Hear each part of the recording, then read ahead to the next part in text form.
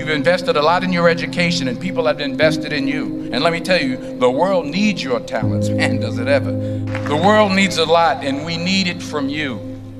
We really do. We need it from you young people. I mean, I'm not speaking for the rest of us up here, but I know I'm getting a little grayer. We need it from you, the young people, because remember this. So you got to get out there. You got to give it everything you got, whether it's your time, your talent, your prayers, or your treasures. Because remember this, you will never see a U-Haul behind a hearse. I'll say it again. You will never see a U-Haul behind a hearse. You can't take it with you. The Egyptians tried it, and all they got was robbed. So the question is, what are you going to do with what you have? I'm not talking about how much you have.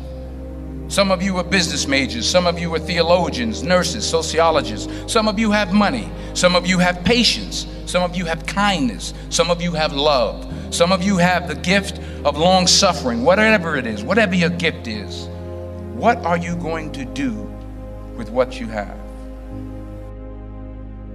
Fail big. That's right. Fail big. Today's the beginning of the rest of your life, and it can be very frightening. It's a new world out there. It's a mean world out there, and you only live once. So do what you feel passionate about. Take chances professionally.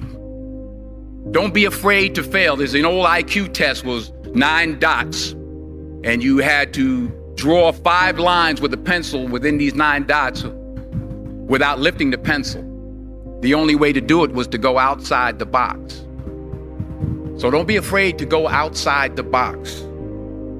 Don't be afraid to think outside the box. Don't be afraid to fail big, to dream big. But remember, dreams without goals are just dreams, and they ultimately fuel disappointment.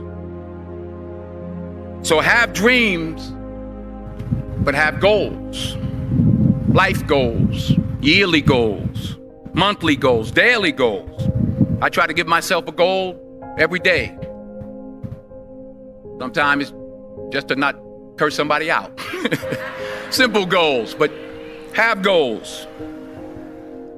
And understand that to achieve these goals, you must apply discipline and consistency. In order to achieve your goals, you must apply discipline, which you have already done, and consistency every day, not just on Tuesday and miss a few days. You have to work at it every day. You have to plan every day. You've heard the saying, we don't plan to fail, we fail to plan. Hard work works. Working really hard is what successful people do. And in this text, tweet, twerk world that you've grown up in, remember, just because you're doing a lot more doesn't mean you're getting a lot more done. Remember that. Just because you're doing a lot more doesn't mean you're getting a lot more done.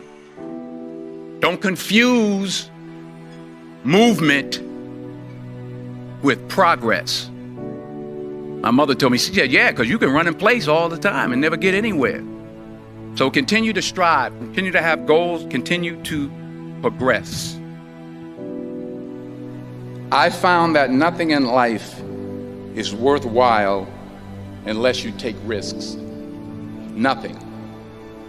Nelson Mandela said, there is no passion to be found playing small and settling for a life that's less than the one you're capable of living. Now, I'm sure in your experiences in school and applying to college and picking your major and deciding what you want to do with life, I'm sure people have told you to make sure you have something to fall back on. Make sure you got something to fall back on, honey. But I never understood that concept. having something to fall back on. If I'm going to fall, I don't want to fall back on anything except my faith. I want to fall forward. I figure at least this way I'll see what I'm going to hit.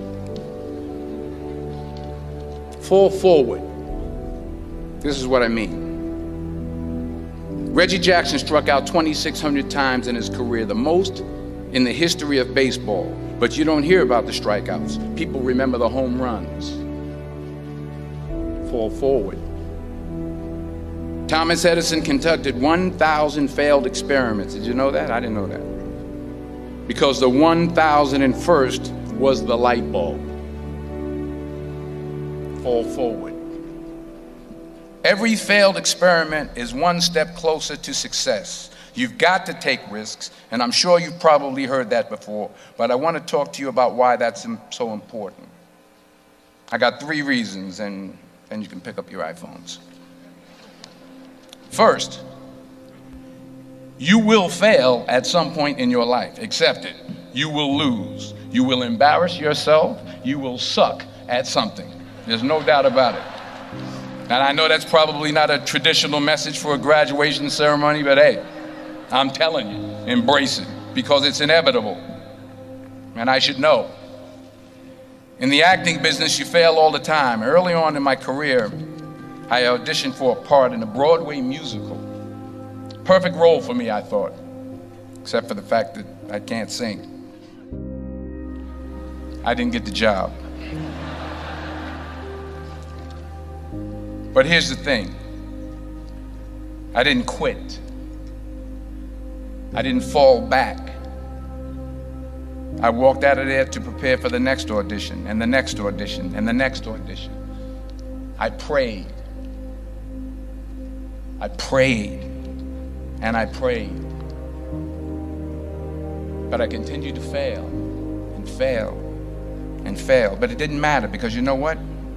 There's an old saying, you hang around the barbershop long enough, sooner or later you're going to get a haircut.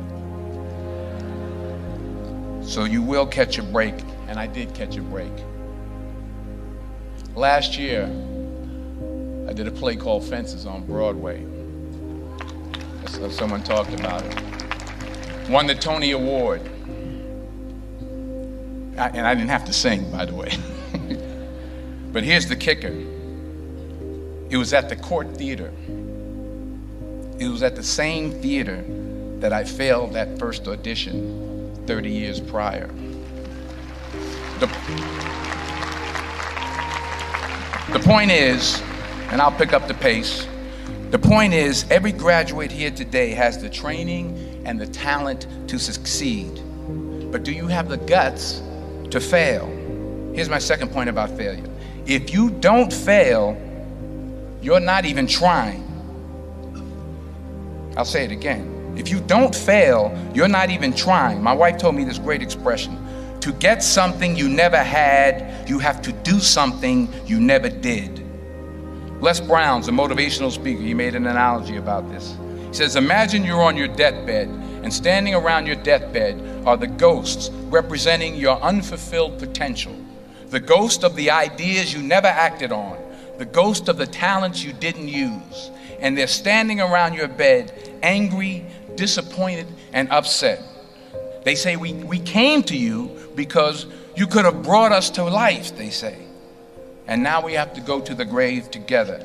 So I ask you today, how many ghosts are going to be around your bed when your time comes? Because the chances you take, the people you meet, the people you love, the faith that you have, that's what's going to define you. Never be discouraged. Never hold back. Give everything you got.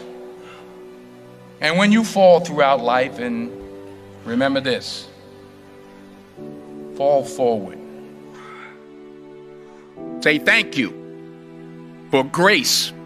Thank you for mercy. Thank you for understanding. Thank you for wisdom. Thank you for parents.